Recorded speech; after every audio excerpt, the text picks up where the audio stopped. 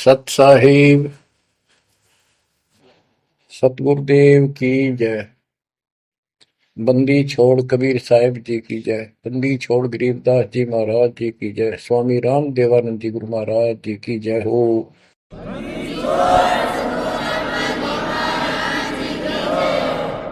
सर्व संतों की जय, सर्व भक्तों की जय, धर्मी पुरुषों की जय।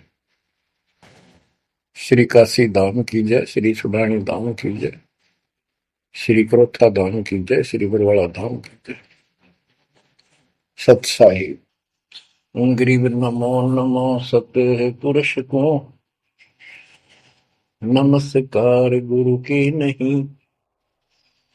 सुर नर मुनिगण साधुआ संतों सर्वस दीन। सतगुरु साहिब संत सब दंडवतम प्रणाम। आगे पीछे मध्य हुए किनको पूर्व। कबीर सतगुरु के उपदेश का सुनिया एक विचार।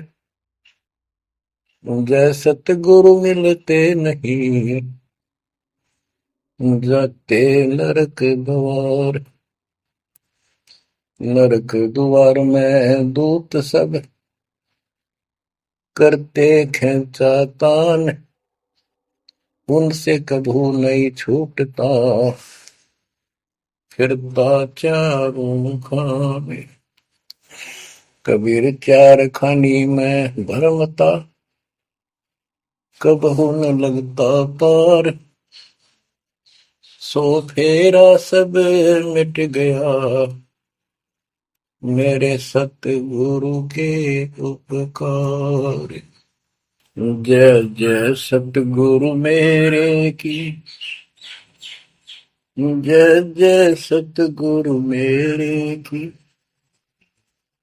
सदा साहिबी सुख से वसियो अमरपुरी के डेरे की। जय जय सतगुरु मेरे की जय जय सतगुरु मेरे की। सदा साहिबी सुख से वसियो सतलोक के डेरे। निर्विकार निर्भय तू ही और सकल वैमान।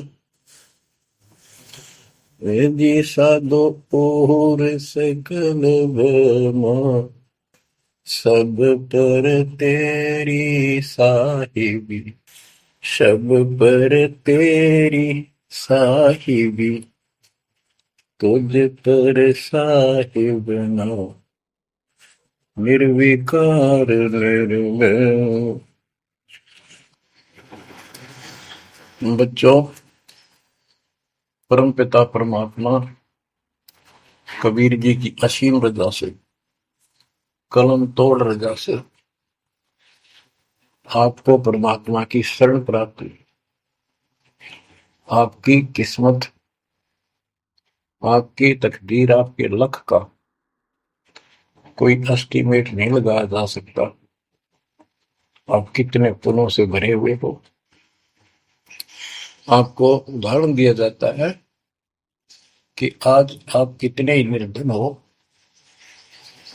या धनवान हो, परमात्मा की शरण में आ चुके हो। आपके भक्ति संस्कारों का मोक्ष प्राप्त करने वाले भक्ति धन का कोई अभाव नहीं है, कोई कमी नहीं है। लेकिन इस समय में, इस मनुष्य जीवन में जो शरण में नहीं आएंगे, इस भक्ति काल में, भक्ति युग है, एक नया युग शुरू हो गया। इसको मोक्ष युग, भक्ति युग, कलयुग का ये सतयुग शुरू हो चुका है। ये सतयुग उनको होगा जो समर्थ की शरण आ जाएंगे। बच्चों, आपको उदाहरण दिया जाता है, आप आज के नहीं लगे हो, बहुत युगों से परमात्मा की भक्ति में लगे हुए। वैसे तो जिस दिन से अपने भगवान को छोड़कर, अपने पिता को छोड़कर हम इस काल के साथ आए थे, कुछ दिन के बाद इसकी स्वभाव और बकवादों का एहसास हो चुका था। हम जो धन लाए थे वो लूट लिया था और फिर हमारे से मजदूरी कराता है। पृथ्वी पर जाओ, भक्ति करो, स्वर्ग में आओ, महास्वर्ग ब्रह्मलोक में आओ। वहाँ इनके होटल हैं, हमारी भक्ति के धन से ये अपना कारोबार चला रहे। 21 ब्रह्मांड ऐसे चल रहे। जैसे उदाहरण दिया था, दास जब जूनियर इंजीनियर की नौकरी करता था, अपने काम पर था, लेबर लगी हुई थी, दोपहर के समय एक पेड़ के नीचे बैठे थे, वो खाना खा रहे थे, हम भी, और कोई आसपास छाया थी नहीं, उसी के नीचे चले गए। एक बहन रो रही थी, मुझसे पूछा तो उसने बताया, मैं एक बड़े पूरे घर की लड़की थी जिसके साथ मेरा विवाह कर लिया, मैंने खुद किया, लव मैरिज। ये हमारे वहां नौकर था। जब तक ये ठीक सा लगे था, राजी बोला करता, बहुत प्यार से बोलता था। जब मैं इसके साथ आ गई, घर वालों ने भी त्याग दी। जो मैं धन लेकर भाज का आई थी, घर पे निकाल के लाई थी, वो सारा इसने सारा में उड़ा दिया। अब मुझे कहता है मजदूरी कर।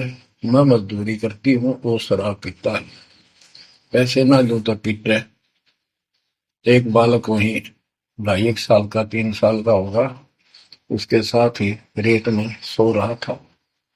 एक को सीने से लगा कर दूध पिला रही, छोटा ही था, 1 साल का हुआ, और अब भी मैं मजदूरी करने आई हूँ।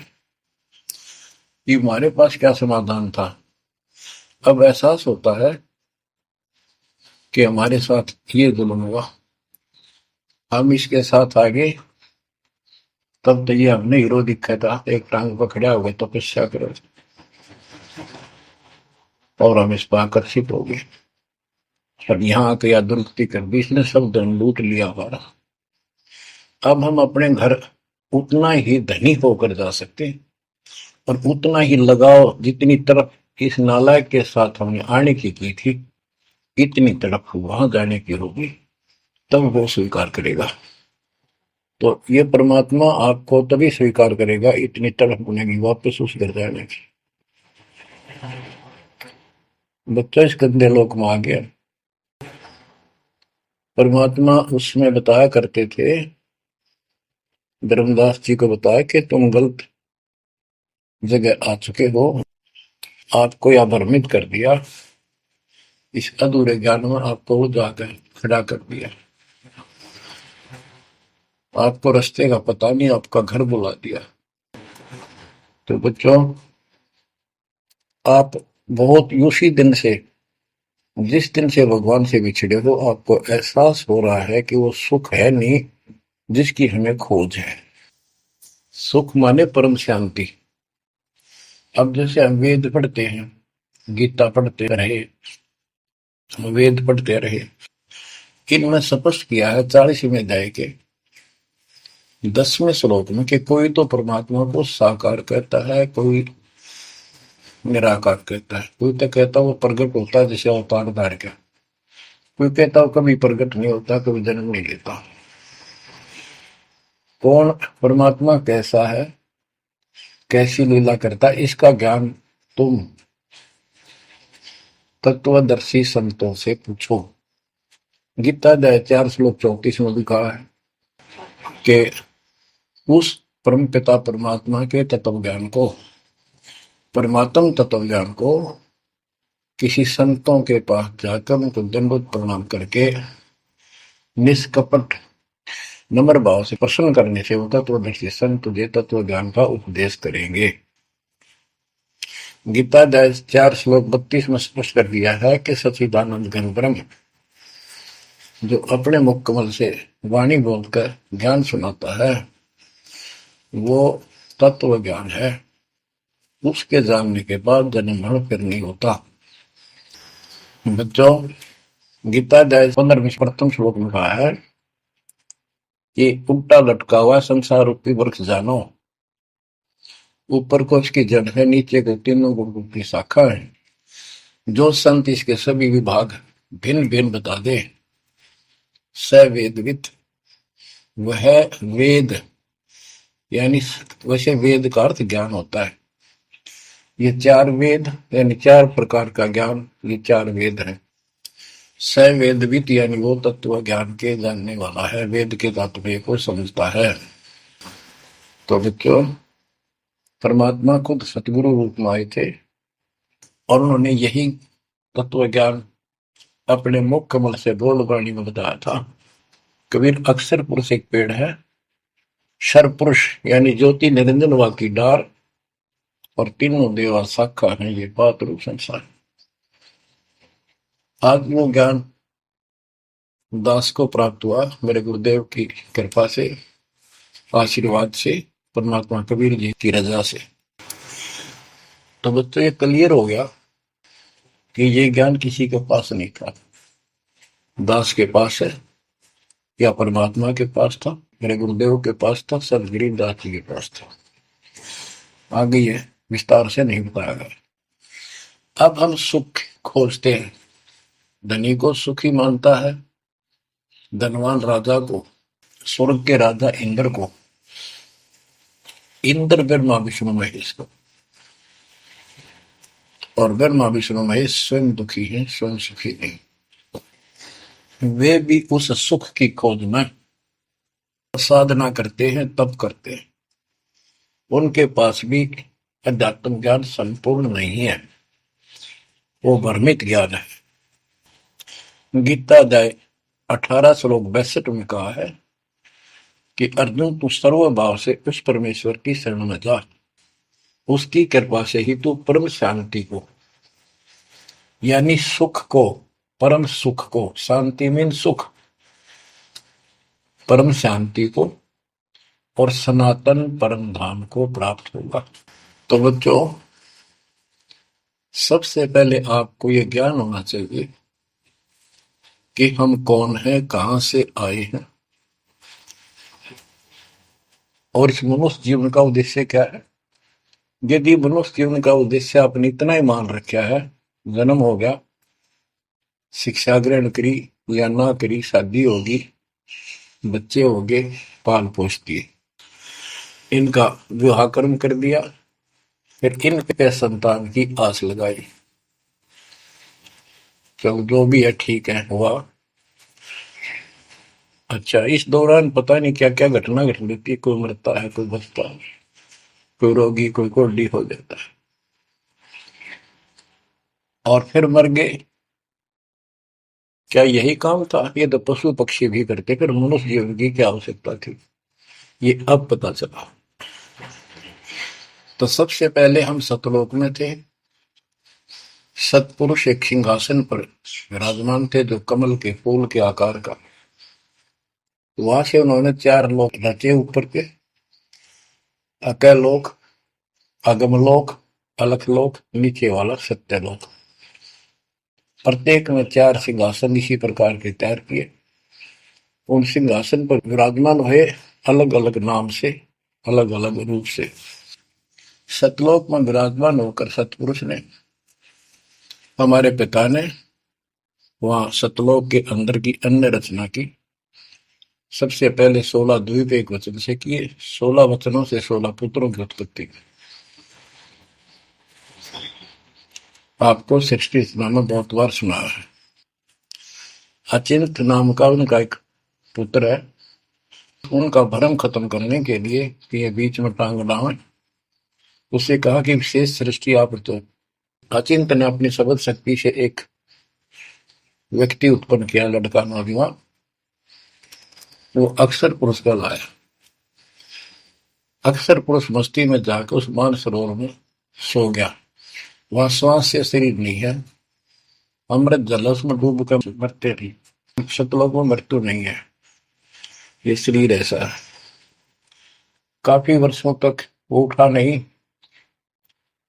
काफी समय तक। तब अचिंत ने परमात्मा से अर्ज लगाई कि अक्षर तो उस निंद्रा में है, सृष्टि रची नहीं जा सकती, कृपा उसे जगाओ।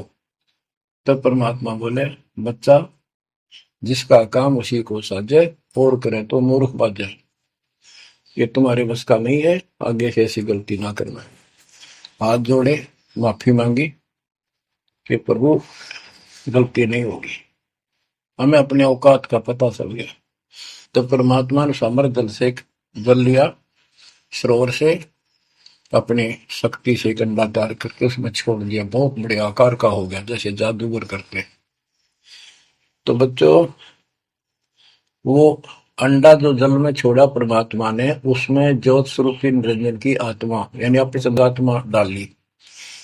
वो गड़गड़ गड़गड़ करता हुआ नीचे गया, अक्सर पुरुष की निंद्रा खुल गई उस गड़गड़ाहट से। उसने जैसे इंसान सुता जागता है, थोड़ा सा उसके मन में कुछ विक्षुप्तन जगा दे, जो मन मस्ती से सोता है, जिसको किसी का डर नहीं, तो एकदम गुस्सा सा होता है। उसने देखा तेरी नींद किसने खोल दी, क्रोध से देखा, वो क्रोध उस अंडे में प्रवेश कर गया, उससे वो अंडा पक कर फट गया, ज्योति निरंजन निकला। वहां इसका नाम कैल है, कैल। तो परमात्मा ने कहा तुम दोनों बाहर आओ। दोनों बाहर आए, जाओ अचिंत के लोक में। उस दिन के बाद इस ज्योति निरंजन के मन में खुरापात पैदा हुआ कि हम तीन एक द्वीप में, और हमारे अन्य भाई सब एक एक द्वीप में। मैं अलग से राज लूंगा, तप से राज मिलेगा। इसने तप किया शुरू में, सत्तर युग। तब परमात्मा ने कहा, भाई क्या चाहता है। उस दौरान परमात्मा ने हम सब आत्माओं को उत्पन्न कर दिया। उसके बाद तुरंत सतलोक भर दिया, हम वहां मस्ती से रहने लगे, हमारा परिवार सब कुछ बन गया। उस दौरान हमने, वहां सारा सुख था। जब सुख होता है, जब बकवाद बाती है। आज जैसे बच्चे स्कूल में पढ़ते हैं और पैसे वालों के बच्चे हैं, वो फिल्म देखेंगे और बकवाद करेंगे, और गरीबा के बच्चे हो बेचारे एंड टू माउथ है, स्कूल कॉलेज जाएंगे, अपने घर आ जाएंगे। इसी प्रकार हमें वहां सुख था, सुख हमारे में सोया नहीं, हमने सोटा नहीं। बकवाद भाई यू नंगड़ पसंद कर लिया, यू आप भिखारी था भगवान के सामने, और हम इसको चाण लाएंगे। जैसे उदाहरण दिया था, वह लड़की अपने नौकर को चाण लागी और बाप की व्यवस्था को भूलेगी, जिसने इतना सुख दिया, जमी पाली पोसी। ये बीमारी हमें हमारे वहां से लगी है, और ये हमारे दुख का मूल है, रूट है। तो हम इसको चाहने लगे। परमात्मा ने आकाशवाणी की, बच्चों इसकी बातों पर ध्यान ना दो, इसकी क्रियाओं को मत देखो, मस्त रहो, ये ठीक नहीं कर रहा है। हम ऊपर से तो सावधान हो गए, पर अंदर से जबरदस्त चाह बन गई। ये एक छूत का रोग है, ऐसे लग जाता है, मोह ममता किसी के साथ ज्यादा जुड़ जाओगे, ऐसे मिल जाएगी।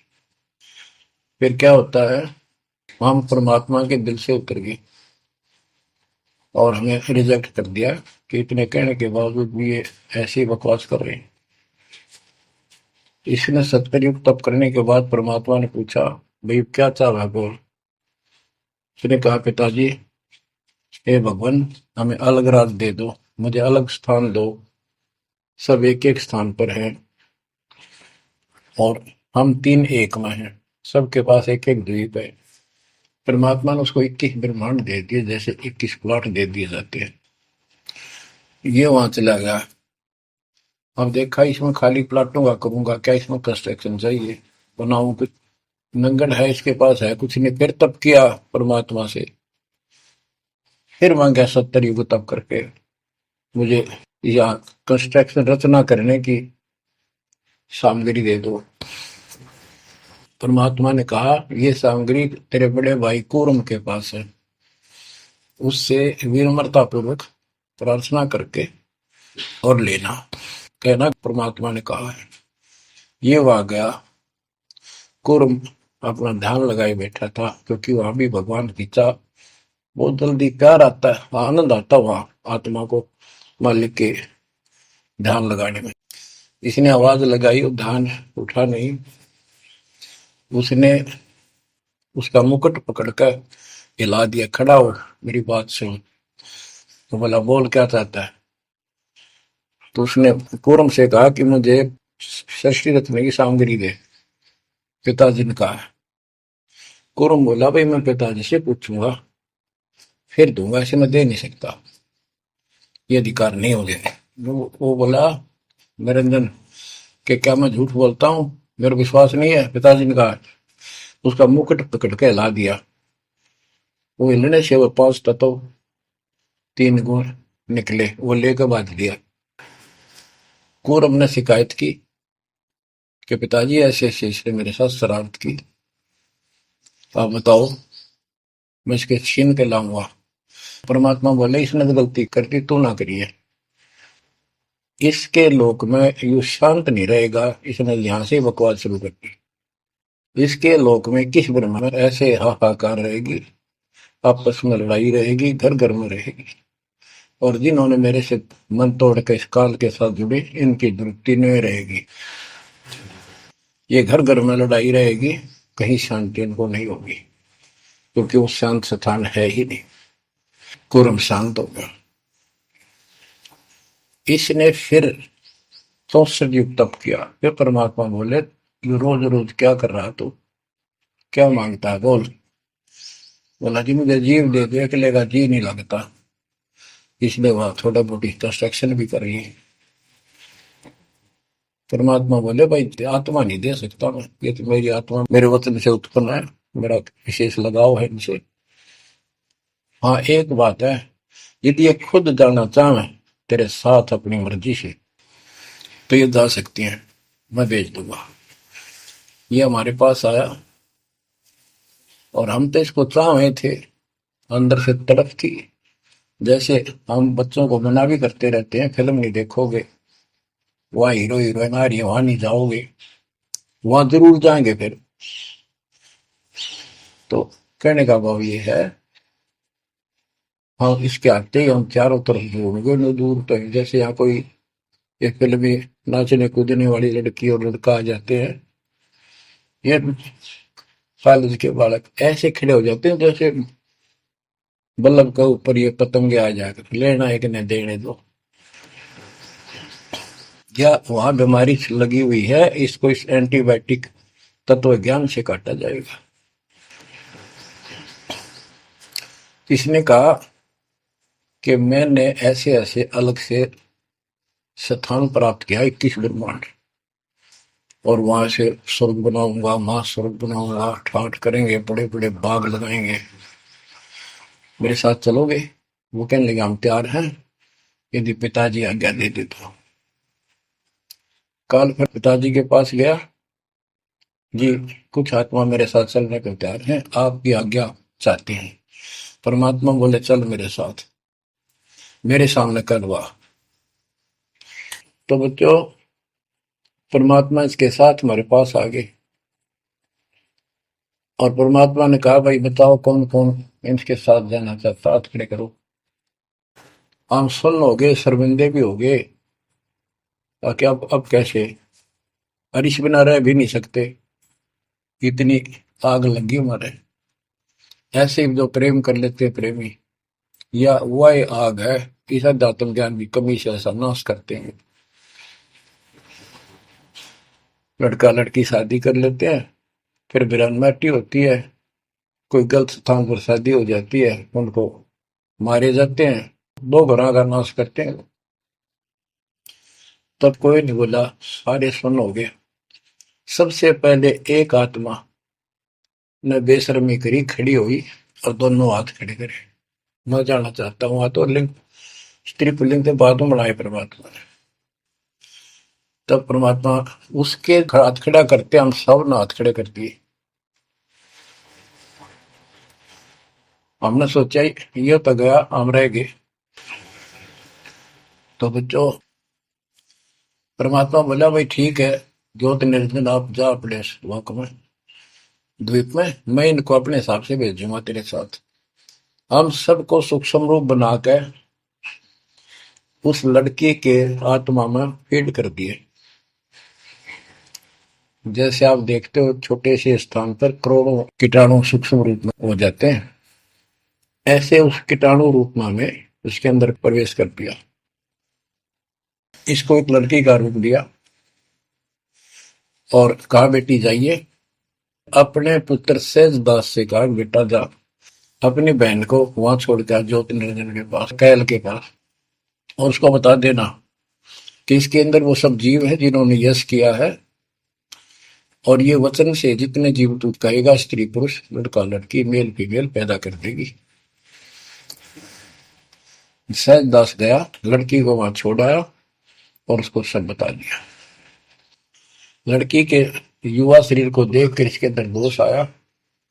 इसमें उसका नाम आदि माया, अद्या माया, और फिर बाद में दुर्गा अष्टंगी कहलाई, त्रिदेव जननी कहलाई। तो इसने जब बदतमीजी करनी चाहिए तो देवी ने कहा कि ज्योति निरंजन तू मेरा बड़ा भाई परमात्मा के वचन से पहले पैदा हुआ, बाद में मैं उत्पन्न हुई, तेरी छोटी बहन हो, ये गंदा कर अच्छा नहीं लगता, मेरे पास ऐसे ऐसे सब शक्ति है, जितने जीव कहेगा मैं पैदा कर दूंगी वचन से। उसके अंदर दोष था, बकवाद करनी चाहिए तो उसने बकवाद के लिए मुंह खोला, उसने सूक्ष्म रूप बनाया, उसके पेट में चली गई। पेट से परमात्मा को पुकारा मेरी रक्षा करो। परमात्मा सहज दास का रूप बनाकर फिर वहां आए और उसको लड़की का उसका पेट चाक करके काट के नाखून से, वो कहते से हाथी का ऐसे कोई गंडासा मार दे ना तो उसके तुरंत बाद उसका जख्म भर जाता है, ऐसे ये तो दूसरा शरीर अंगा लोग का शरीर ऐसे तुरंत भर गया और वो लड़की बाहर निकाल दी। जैसे आजकल बच्चों को किसी कारण से ऑपरेशन से निकाला जाता है। तब उससे कहा कि आज के बाद तेरा नाम काल होगा, सुन ले वचन पिता के। पिता तो खुद ही थे पर रोल सहज दास का कर रहे थे, जोगजीत का कर रहे थे। उसको जोगजीत भी कहते हैं, सहज दास भी उसी का नाम है। आज से तेरा नाम काल होगा, 1,00,000 मानव शरीरधारी प्राणी नित खाएगा और तेरे इस सृष्टि में कोई सुख ही नहीं रहेगा। तुम दोनों निकल जाओ यहां से निकल जाओ, 16 शंख कोस की दूरी पर जाकर के। तो ये वहां से चल पड़े जैसे जहाज चला कर 21 बदमाश। अब बच्चों, अब यहाँ आने के बाद जब हमारी दुर्गति शुरू हुई तब हम दुखी हुए, फिर भगवान पुकारने लगे, भगवान हे परमात्मा। फिर जैसे नकली ज्ञान दिया हुआ भक्ति करने लगे। तो बच्चों, शिव इसने ऐसा चक्कर व्यू बना दिया, यहाँ से तुम कभी भी नहीं निकल सकते। आप निकलोगे परमात्मा कबीर जी की शरण में आने के बाद। अब क्या हुआ, जब हम यहाँ साधना करते हैं, सबसे पहले ये करते हैं या ना करते हैं, पापी है चाहे कोई पुण्य है, सबको एक बार तपस्या बना रखी है इसने ऊपर 21वें ब्रह्मांड में। उस तपस्या वो अपने आप जलती रहती है, जैसे सूर्य अपने आप प्रकाशित रहता है। उसके ऊपर एक तई सी रखी है, लंबी चौड़ी सुंदर, वह इतनी गर्म है उसके ऊपर जाके जीव पटक दिए जाते हैं। वहां पर हाहाकार मची, हे भगवान बचा ले, हे परमात्मा, हे पिताजी, हे सुखदाई परमात्मा। अब ये दयालु है, हम इसकी आत्मा दुख देखा नहीं जाता, वह आके खड़ा हो गया। परमात्मा अपने पुत्र सहजदास के रूप में, जोगजीत के रूप में वहां आया। एक की के दो नाम। वहां उनके आते ही हमारी तपस्या, यानी वहां जीवों की तपस्या की आंच, आग की आंच एकदम बंद होगी। आंच जलती रही, आग जलती रही, वो तपस्या जो कि में जलती रही, उनको कष्ट नहीं रहा। आंखें खोली, देखी सुंदर मूर्त, तेजो में शरीर, उससे बोले हे परमात्मा हमारी रक्षा करो, हे मालिक हम किस कर्म का दंड यहाँ भोग रहे हैं, क्योंकि यहाँ बताया जाता है अपने कर्मों का फल प्राणी भोगता है, शुभ और अशुभ का। परमात्मा बोले ये जो तुम्हें दुख कष्ट है ये यहाँ के किसी कर्म का नहीं है, ये तुमने सतलोक में बकवाद करी थी, वो चंद घंटों में सारी कहानी सुना दी जो दास ने आपको सुनाई। फिर कहते हे भगवान हमने तो भगवान समझ गए, इस काल की पूजा कर ली, हे परमात्मा हमारी रक्षा करो, हे भगवान हमने बड़ी गलती हुई। परमात्मा बोले जब तुम जाए धरो जग नर देहा तब तुम करना मम शब्द से नेहा, जोर करूं है मेरा वचन बसाई, मैं जबरदस्ती नहीं कर सकता। अब ये थोड़ा सा प्रकरण और बताना होगा कि परमात्मा जब तक चला पाए तो उसी समय काल भी आ गया इनको खाने के लिए, और इनको बताया कि देखो ये हो जिसको तुम निराकार कहते हो वो आ गया, ये तुम्हें भून कर खाता है, इसके लिए इसीलिए तुम्हें जन्म मरण के चक्कर में डाल रखा है, और यदि इसको श्राप ना लगता तो ये मनुष्य जीवन भी ना देता तुम्हारे को, ये भी तुम्हारे पर वरदान है कि तुम्हें इस कारण से ये मानव शरीर दे रहा है, और इस मानव शरीर में मैं आपको समझा के बुझा के ज्ञान दे के वापस ले जा सकता हूं, पर अब कुछ नहीं बनेगा।